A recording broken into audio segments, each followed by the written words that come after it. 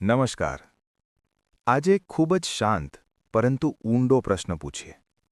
શું આપણે ખરેખર પોતાને ઓળખીએ છીએ?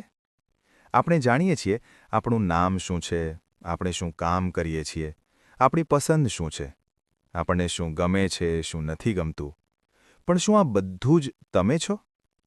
જો કોઈ તમને પૂછે કે તમે કોણ છો, તો તમે શું જવાબ આપશો? તમારી નોકરી? તમારો સંબંધ? તમારી ભૂમિકા? આપણે ઘણીવાર પોતાને એ રીતે ઓળખીએ છીએ જેમ દુનિયા આપણને ઓળખે છે. પણ જ્યારે બધું શાંત થાય અને બહારની ઓળખ થોડા સમય માટે દૂર થાય, ત્યારે અંદર શું બાકી રહે છે? અહીં એક મહત્વની સમજ છે. આપણે જન્મથી જ બેલેન્સ સાથે જીવતા શીખીએ છીએ. સારો વિદ્યાર્થી, જવાબદાર સંતાન, મજબૂત વ્યક્તિ, સમજદાર મિત્ર.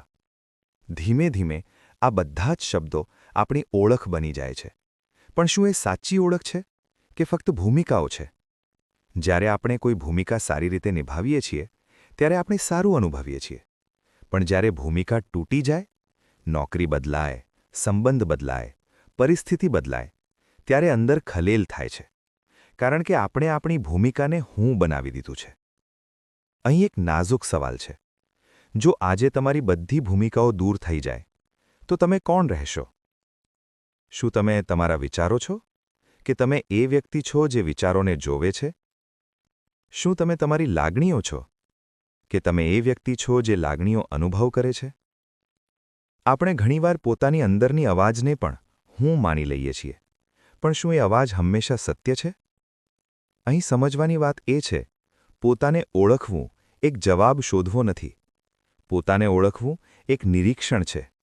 જ્યારે તમે પોતાના વિચારોને જોવો છો, પોતાની લાગણીઓને જોવો છો અને એને તરત જ સ્વીકારી લેતા નથી, ત્યારે ધીમે ધીમે એક નવી સ્પષ્ટતા જન્મે છે. તમારી ઓળખ સ્થિર નથી, એ બદલાતી રહે છે. પણ અંદર એક શાંત સાક્ષી છે જે બધું જોવે છે. કદાચ એ જ સાચી ઓળખ છે. પોતાને ઓળખવું એનો અર્થ એ નથી કે બધું સમજાઈ જાય. એનો અર્થ એટલો જ છે કે આપણે પોતાની અંદર જાગૃત બનવાનું શરૂ કરીએ. જ્યારે આ જાગૃતિ આવે છે, ત્યારે જીવન થોડું હળવું લાગે છે. કારણ કે હવે આપણે ફક્ત ભૂમિકાઓ નથી, આપણે એ વ્યક્તિ છીએ જે જીવનનો અનુભવ કરે છે. આ વિચાર સાથે આ વાત અહીં અટકાવીએ. આગામી વખત જ્યારે તમે કહો, હું આવો છું, ત્યારે એક ક્ષણ રોકાઈને પૂછજો, ખરેખર? કદાચ એ જ સવાલ સાચી ઓળખ તરફ લઈ જશે. આભાર.